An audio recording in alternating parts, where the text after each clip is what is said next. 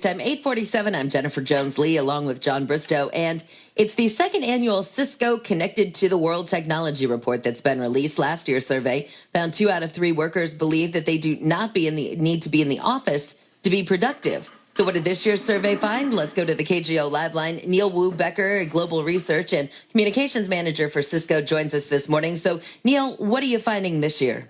Yeah, this year was a little bit different. It was interesting because we decided to home in a little bit more on the next generation of workers and look at a specific millennials subgroup from last year. And what we found was pretty striking. We looked at almost 3,000 college students and young professionals under the age of 30 in 14 countries. And those 14 countries are basically countries that have the largest or the fastest growing economies in the world, which naturally are tied to the internet. So what we found are that 1 out of 3 would basically prioritize things like freedom to work from home or social media access whenever they want in the workplace, or the ability to even bring in their own devices regardless of what their IT departments want. And they would prioritize that over salary in selecting jobs. Now, again, 1 out of 3. More than half of them, though, in addition, said that if they were in a job interview situation and they found out that the company they were vying for was pretty inflexible in those types of things, that they would either decline the job offer outright or take it and then basically circumvent the IT policy anyway, both of which aren't great messages. Yeah, they sound like a bunch of slackers who are addicted to their devices.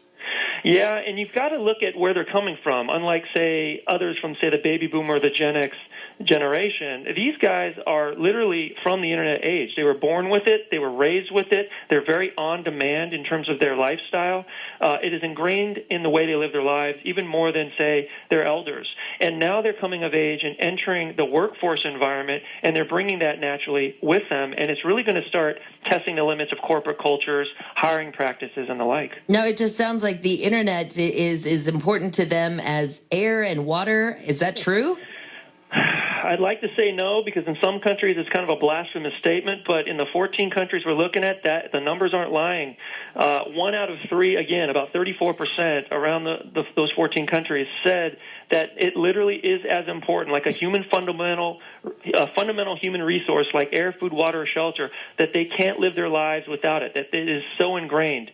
One of the questions that startled us, you guys, was that if we asked a simple question, if you had to lose your wallet or your purse or your iPhone or a laptop, whatever your most important device is, which would you prefer to lose if you could only lose if you had to?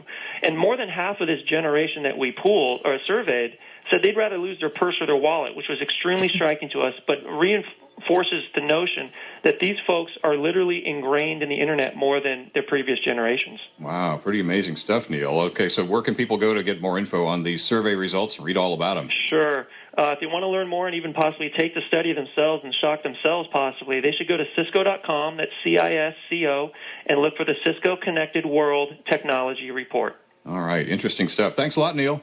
Anytime. That's Have a Neil, good day. You too. Neil Wu Becker, Global Research and Communications Manager for Cisco. Well, based on that, I want to take a group of college kids and stick them out in the woods where there's no cell service or no internet connection and just see what happens. Kind of a test case study. You better bring some psychologists with you. They'd freak out. Glad he didn't ask what would you choose between your loved one and your iPhone or something. Yeah, that's true. I'm Good afraid point. of the answer.